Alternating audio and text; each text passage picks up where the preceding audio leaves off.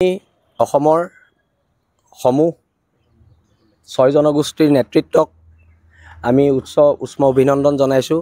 তেওঁলোকৰ ইমান দীঘলীয়া সংগ্ৰামখনৰ এটা সফল পৰিসমাপ্তিৰ দিশে আগবাঢ়িছে আৰু লগতে অসম চৰকাৰক আমি ধন্যবাদ জনাইছোঁ। আচলতে জনজাতিকৰণটো খুব প্ৰয়োজনীয় বস্তু অসমীয়া জাতিসত্তাটো ৰক্ষাৰ বাবে আৰু আমাক ভূমি অধিকাৰৰ ক্ষেত্ৰত অদূৰ ভৱিষ্যতে আমাক সহায় কৰিব আৰু ইমান বছৰীয়া দীঘলীয়া সংগ্ৰাম আৰু এই সংগ্ৰামৰ সফল পৰিসমাপ্তি যে ঘটিছে তাৰ বাবে সকলোকে আমি কংগ্ৰেচুলেশ্যন দিছোঁ আৰু বীৰ লাচিত সেনা অসমৰ মঞ্চৰ পৰাও আমি সকলোকে ধন্যবাদ জনাইছোঁ, যিহেতু বীৰ লাচিত সেনাই পূৰ্বৰে পৰা আমি নৈতিক সমৰ্থন আগবঢ়াই আছিলোঁ এই জনগোষ্ঠীৰ আন্দোলনটোত, যদিও আমি প্ৰত্যক্ষভাৱে জড়িত নাছিলোঁ।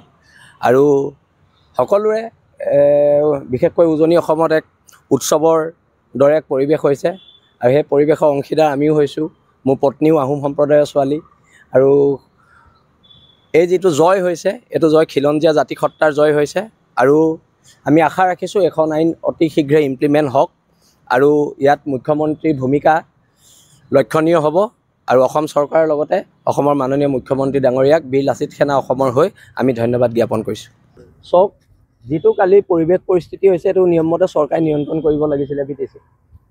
BTCত তাত হাগ্ৰামা মহিলাই ব্যৰ্থ হৈছে, যিহেতু তেখেত শাসনত আছে, তাত ব্যৰ্থ হৈছে। আৰু কথাটো হৈছে যদি খিলঞ্জীয়াৰ বিপক্ষে এনেকুৱা ধৰণৰ কাম কৰে তাত আমাৰ তাত প্ৰতিবাদ হ'ব আৰু তাত আমাৰ আপত্তি আছে। প্ৰথম কথাটো হৈছে বড়োসকল আমাৰ নিজৰ ভাই, আমি কেতিয়াও বড়োসকলক আমাৰ পৰা পৃথক ভবা নাই। আজি কেতিয়াও টাই আহোমৰ নেতৃত্বই, কেতিয়াও মৰাণ ছাত্ৰ সন্থাৰ নেতৃত্বই বা কোনো ধৰণৰ নেতৃত্বই, মটক ছাত্ৰ সন্থাৰ নেতৃত্বই বা বীৰ লাচিত সেনাৰ নেতৃত্বই আমি বড়োসকলক কেতিয়াও আমাৰ পৰা পৃথক বুলি ভবা নাই আৰু আমি নেভাবোঁ। আমি কৈছোঁ যে খিলঞ্জীয়া মানুহৰ ভূমিপুত্ৰৰ যিখিনি অধিকাৰখিনি পাব লাগে আৰু ST অসমীয়া জাতিসত্তাটো বাচিবলৈ STৰ প্ৰয়োজনীয়তা আছে কাৰণেতো ইমান দীঘলীয়া আন্দোলন হৈছে আৰু এই দাবীটোৰ ন্যায্যতা আছে কাৰণেতো এই দাবীখিনি মানাৰ এটা প্ৰস্তাৱ গ্ৰহণ কৰা হৈছে। আৰু আগতেও কোৱা হৈছে, আদিত্য খাকলাইৰ মন্তব্য আছে যে আমাক যদি অসুবিধা নোহোৱাকৈ আপোনালোকে ST পায় আমাৰ আপত্তি নাই।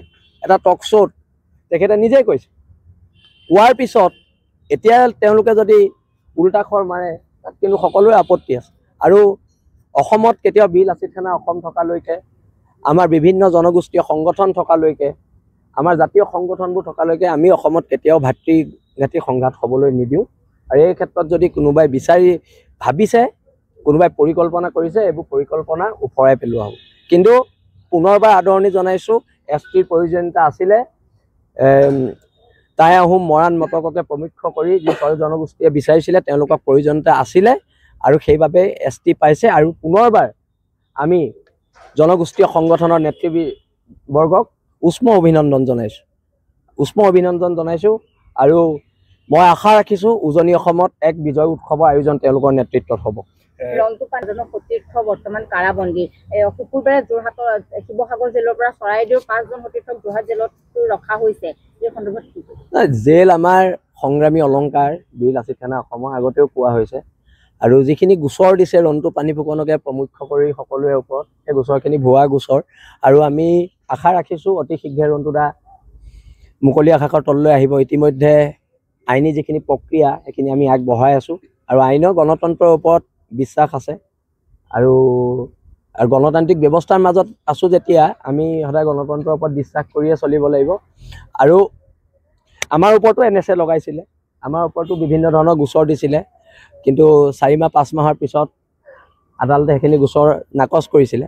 কথাবিলাক সেনেকুৱাই। মই আশা ৰাখিছোঁ ন্যায়ালয়ে অতি শীঘ্ৰে ৰন্টু দাক প্ৰমুখ্য কৰি আমাৰ সকলো কেন্দ্ৰীয় জিলা নেতৃত্বক ন্যায় প্ৰদান কৰিব আৰু বেছিদিন নাই জামিনত ওলাব। ইতিমধ্যে উকিলৰ লগত কথা বতৰা হৈছে।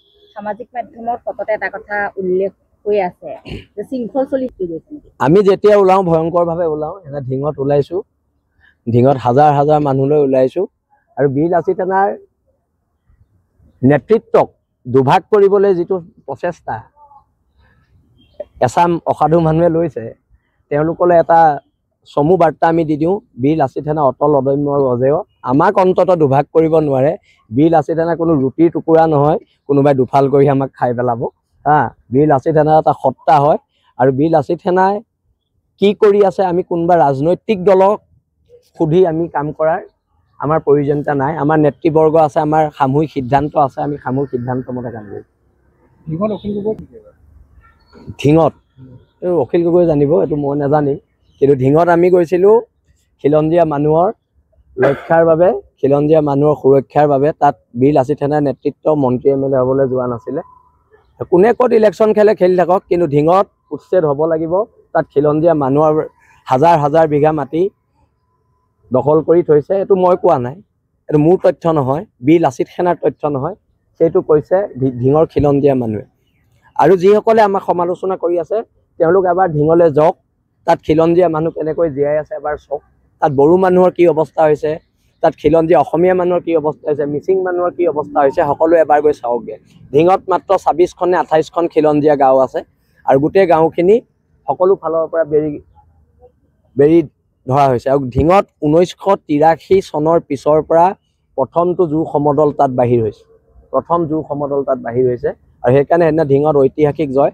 আৰু ঢিঙত যদি উচ্ছেদ চলাব নোৱাৰে তেন্তে এখন চৰকাৰ ব্যৰ্থ চৰকাৰ। চক 26 আহক, এতিয়া 25 ডিচেম্বৰ আহিছে, 26ৰ কথা বতৰাবোৰ চলিব। আমি আঞ্চলিকতাবাদৰ পক্ষত আছোঁ। বীৰ লাচিত সেনাই কোনটো দলৰ লগত থাকিব, কোনটো দলৰ লগত নাথাকিব, আমাৰ সামূহিক নেতৃত্ব, জিলা নেতৃত্ব ইয়াৰ সিদ্ধান্ত ল'ব। সেইখিনিয়ে কথা। আৰু কিন্তু আমি ঢিঙৰ এতিয়া বিশেষকৈ উচ্ছেদত লাগি আছোঁ। আৰু যোনদিনা ঢিঙত উচ্ছেদ হ'ব তাৰ ঠিক 2-3 দিন পিছত ঢিঙত অসমৰ ইতিহাসৰ আটাইতকৈ সৰ্ববৃহৎ বিজয় উৎসৱ পালন কৰা হ'ব।